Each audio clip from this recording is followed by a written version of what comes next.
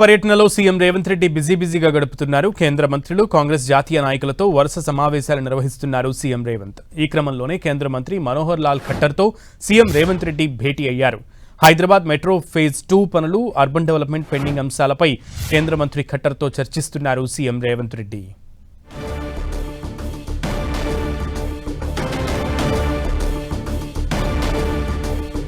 కేంద్ర మంత్రి మనోహర్ లాల్ ఖట్టర్తో సీఎం రేవంత్ రెడ్డి భేటీ కొనసాగుతోంది. ముఖ్యంగా మెట్రో ఫేజ్ 2 పనులు, అలాగే దానితో పాటుగా అర్బన్ డెవలప్మెంట్కి సంబంధించినటువంటి కొన్ని అంశాలకు సంబంధించి కూడా నిధుల విడుదలకు సంబంధించి కేంద్ర మంత్రితో చర్చలు కొనసాగిస్తున్నట్లుగా తెలుస్తోంది. ఈ నేపథ్యంలో ముఖ్యమంత్రి రేవంత్ రెడ్డి ఢిల్లీ టూర్ బిజీగా నడుస్తోంది.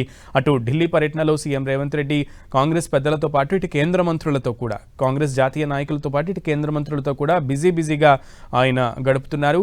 కేంద్ర మంత్రి మనోహర్ లాల్ ఖట్టర్తో ప్రస్తుతం ఆయన భేటీ కొనసాగుతోంది.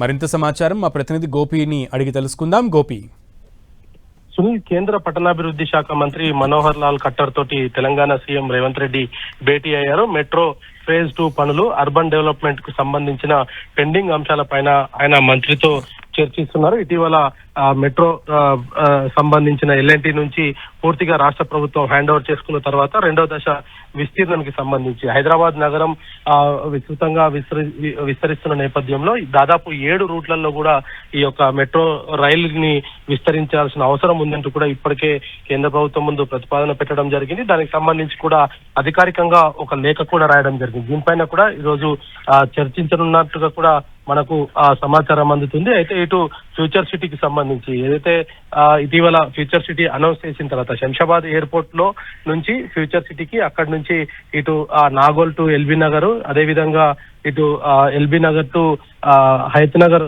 ఔటర్ రింగ్ రోడ్ వరకు, ఇటు పటాన్ చెరువు వరకు కూడా విస్తరించాల్సిన అవసరం ఉంది. అదేవిధంగా 2-3 కొత్త రూట్స్ ను కూడా ఈ సందర్భంగా ప్రతిపాదించడం జరిగింది. వీటన్నిటికీ సంబంధించి కూడా ఆయన కేంద్ర మంత్రికి వివరించనున్నారు.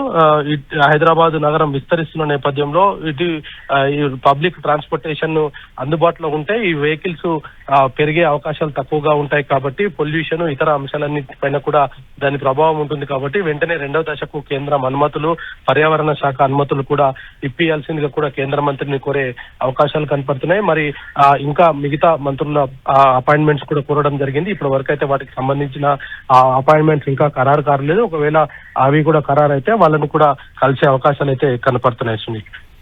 ఓకే గోపి.